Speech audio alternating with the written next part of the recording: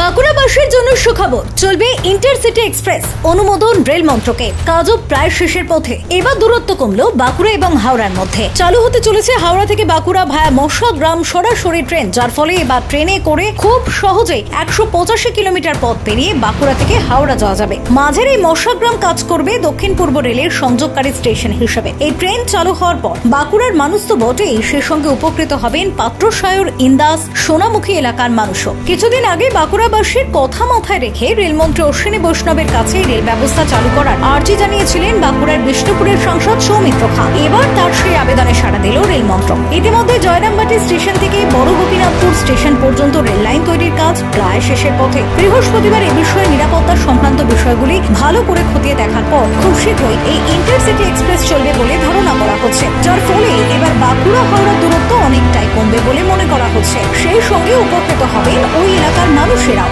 ফেরো report, Bankura news 1।